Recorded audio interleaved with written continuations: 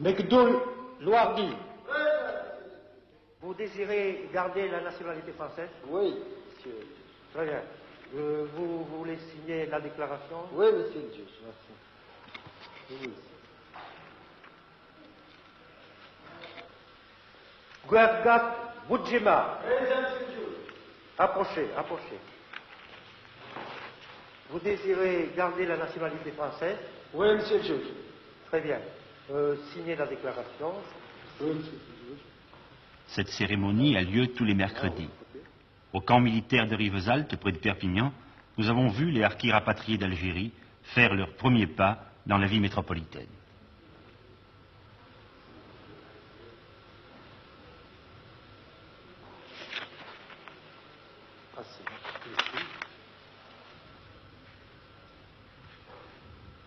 C'est long, 2 signatures. Parfois, monsieur le juge s'impatiente un peu. Vous l'avez vu. Voici le récépissé de la déclaration que vous venez de souscrire. Ne me Merci, regardez pas. monsieur le juge. Dès que votre femme est là. Ah, approchez, madame. Guergat et Boudjema. Présent, monsieur le juge. Approchez. Vous désirez garder la nationalité française, madame? Oui, monsieur. Bon, tenez, je vais vous délivrer le récépissé de la déclaration que vous savez signer. Vous savez signer? c'est comme ça. Hein? C'est comme ça. Non, je ne sais pas. Bon, ça ne fait rien. Voici le récépissé de la déclaration, madame. Voilà. Vous pouvez vous retirer, monsieur. Je vous remercie. Vous pouvez partir. Aoucha! C'est fini. L'arbitre, c'est fini, c'est fini. Est-ce que vous désirez garder la nationalité française? Oui, monsieur le juge. Oui, monsieur le juge. Oui, monsieur le juge. Oui, monsieur le juge. Et votre femme? Voulez-vous lui? Oui, monsieur le juge. Alors ça y est, vous êtes... Je suis français. Vous êtes français. Oui. Votre femme aussi. Moi et ma femme. Est-ce que ça veut dire que vous ne vous sentez plus algérien? Non, non, non, non, pas du tout. Plus du tout. Non. Je sens bien que je suis français pour le moment. Français. Et vous pensez que vous ne regretterez jamais l'Algérie? Jamais, jamais, jamais. Jamais. C'est votre pays natal pourtant. Oui. J'en avais marre, j'en avais jusqu'ici, l'Algérie. Alors maintenant, je pense plus à l'Algérie. Fini. Ne plus penser à l'Algérie, être français, ces phrases-là entendues un peu partout dans le camp n'étaient pas un constat, bien sûr. Seulement un souhait exprimé au présent dans l'espoir qu'il se réalisera plus vite. Le temps qu'il y faudra, c'est le problème actuel des anciens harkis. Et c'est aussi notre problème, puisque nous les avons pris en charge. Le camp, mis sur pied et dirigé par les militaires, a d'abord comme rôle de recevoir et d'héberger les familles de harkis. L'argent qu'elles touchent de l'État, sous forme de primes de secours, est entièrement converti en nourriture, linge et vêtements. Tout cela marche à merveille. Mais il faut aussi les préparer à la vie qui les attend en France. Aux hommes, on fait suivre des cours de préformation professionnelle, bâtiments et métaux, et aussi des classes d'IVM, initiation à la vie métropolitaine. J'arriverai demain en gare de Perpignan à midi. Viens me chercher avec un taxi. Voyez, on va essayer d'écourter le texte. Parce que plus il y a de mots, plus le télégramme est cher. Hein? Alors, là-dedans, on va enlever les mots inutiles. Hein? J'arriverai. Pourquoi? Parce qu'il y aura le nom de l'expéditeur. Hein? Qui sait que c'est lui? Alors, on enlève le J. Aux femmes, on fait suivre des cours de travaux ménagers. Il faut apprendre à se servir d'un fer électrique, d'une machine à coudre. Il faut aussi apprendre à parler et à lire en français. Apprendre à lire pour une femme arabe, c'est un événement grave. C'est acquérir ce droit effrayant de penser, de réfléchir, de se mêler aux problèmes qui ne sont pas immédiatement ceux du foyer. Beaucoup, la plupart, ne s'y risquent pas. Ici, ce sont les femmes âgées qui viennent. Je ne dis pas le plus volontiers, mais avec le moins d'appréhension, de répugnance. Les jeunes n'osent pas.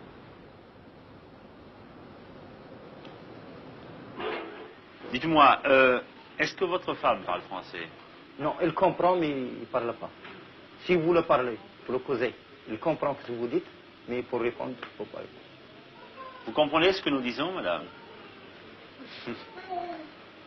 قال لك لو كان نهضر معك تفهمي تنقول لك بالفرنساويه. Ça serait plus pratique que votre femme parle français, non? Pour la vie de tous les jours, enfin. Moi je voudrais bien parce que là-bas à l'Algérie c'est l'homme qui fait le marché, qui fait ça. Et moi je voudrais bien que ma femme qui est à ma place, c'est ma femme qui fait le marché, qui l'achète, qui fait tout ça. Moi je voudrais bien ça, qu'il apprenne. Quand vous aurez une paye, un salaire, vous lui donnerez de l'argent pour le ménage? Oui, je le donne. Et je donne d'argent, mais il ne sait même pas compter. Ils ne connaissent pas ni billets de 1000, ni de billets de 500. Ils ont billets de 500 ou billets de 5000, et pour elles, c'est pareil. Pourquoi est-ce qu'elle ne peut pas suivre les cours de rattrapage? Si. Je ne l'empêche pas d'aller. Qu'est-ce qu'elle en pense, elle? تروحي؟ تقرأي ولا ما تروحيش؟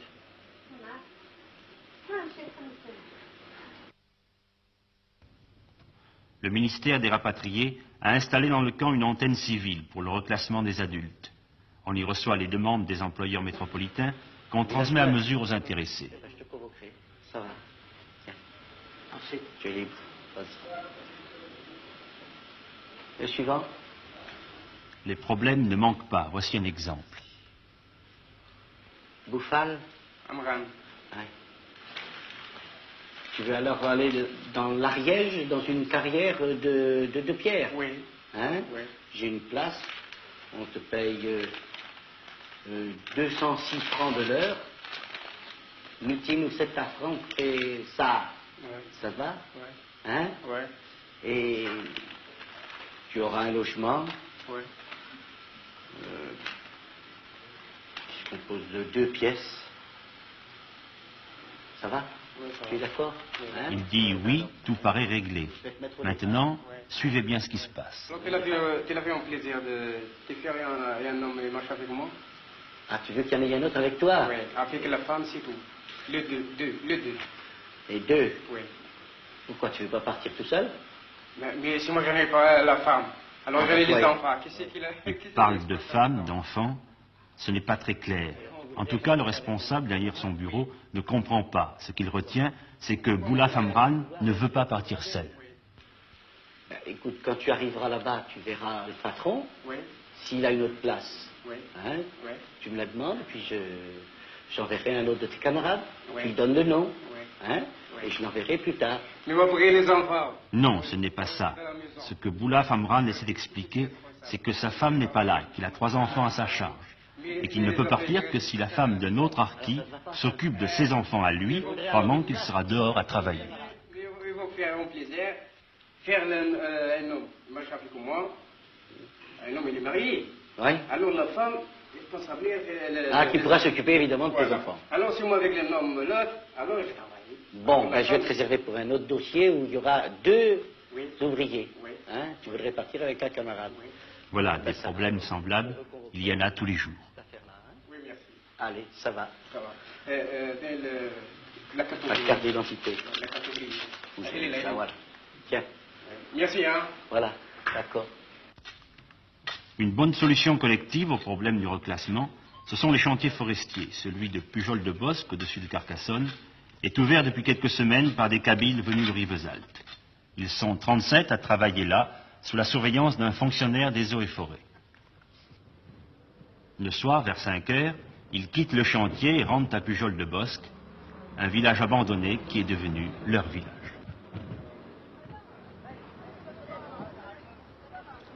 Ils s'installent peu à peu. On a refait pour eux une école, les adductions d'eau, les murs et les toits de 37 maisons, puisqu'il y avait 37 familles à reloger. Le problème reste l'isolement. Le village habité le plus proche, Villeneuve, est à 7 km, par une route étroite et sans revêtement, à peine carrossable l'hiver. Pourtant, les commerçants de Villeneuve se sont toujours arrangés pour monter jusqu'ici, quel que soit le temps. Le boulanger, que voici, vient chaque jour, le boucher 2 fois par semaine. L'épicier, ou plutôt l'épicière, 1 fois. Tous en fin d'après-midi, puisqu'il faut attendre que les hommes, qui seuls ou presque peuvent effectuer les achats, soient rentrés du travail. Le capitaine Boyer et l'adjudant-chef Vergès, qu'il va rejoindre, sont les responsables militaires du pays. Ils vont s'effacer bientôt devant l'autorité civile, c'est-à-dire devant monsieur le maire de Villeneuve, qui a Pujol-de-Bosc dans sa commune. C'est une expérience un peu particulière pour un maire de France d'avoir administré des musulmans, non? Oui, au début c'était un petit peu, ça m'a un peu gêné en somme, parce que ce sont des gens qui sont de notre forme, quoi, de notre civilisation que nous, peut-être, de notre mentalité. Alors, au début, mais en fait, je m'y suis très bien habitué, quoi, ce sont des gens très sympathiques. Au fond, avant l'arrivée des musulmans à Pujol-de-Bosc, vous n'aviez plus d'administré ici, si? Il n'y avait qu'un seul berger qui était dans le village. C'était le dernier habitant du pays? C'était le dernier, oui, pratiquement. Et depuis, vous en avez combien de plus, par conséquent? 190 actuellement. Et on espère en recevoir quelques-uns de plus, qui portera l'effectif à 250. Parfois, ça vous a fait plaisir? Oui. C'était un pays où j'avais beaucoup de souvenirs, hein, et j'avais un peu mal au cœur de voir toutes ces maisons tomber en ruine. Hein? Ben, de les revoir quand même retapées comme ça, hein. C'est un village qui a repris, quoi, une vie tout à fait normale, quoi, avec toute cette jeunesse, quoi, toute cette école.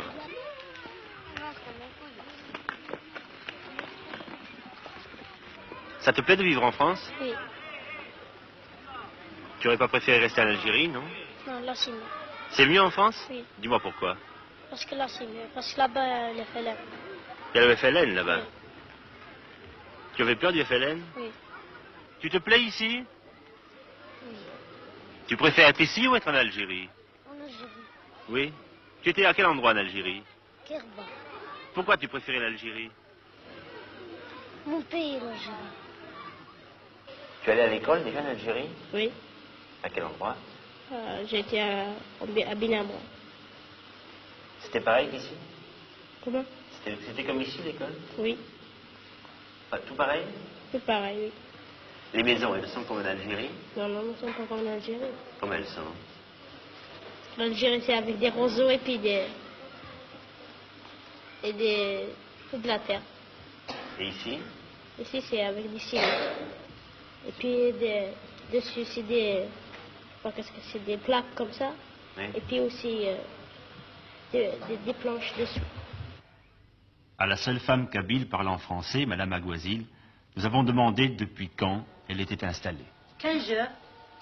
Ça fait 15 jours. Ça fait 15 jours seulement que Oui, vous êtes là? oui. Très bien. Vous étiez à Rivesaltes avant? Oui, à Rivesaltes. C'était bien là-bas, Rivesaltes? Oui, il était bien. Même mieux qu'ici. Pourquoi? Parce que vous avez une maison à vous ici? Oui, parce que nous autres maintenant à la maison, là-bas c'est à l'armée, ça c'est à nous. C'est à eux, oui. Le réchaud à gaz, les chaises, la table, le coin où ils rangent ce qu'ils ont pu sauver dans leur départ. Ces clés suspendues au plafond sont celles de la maison, en Algérie. Vous avez combien de pièces? J'ai 3 pièces. Il y a 2 chambres, une cuisine. C'est-à-dire la pièce ici, Oui. et puis 2 chambres. Oui, un chambre pour le gosse, un chambre pour moi, une cuisine. Vous êtes combien dans la famille? Il y a Jacqueline, 6. 2 sœurs et un frère. et puis votre mari. Oui. Combien il touche votre papa? Quel est son salaire? 1500 francs par jour. Ici. Vous avez les allocations familiales ou non? Oui, ici. Qu'est-ce que vous pensez, que vous resterez ici? Oui.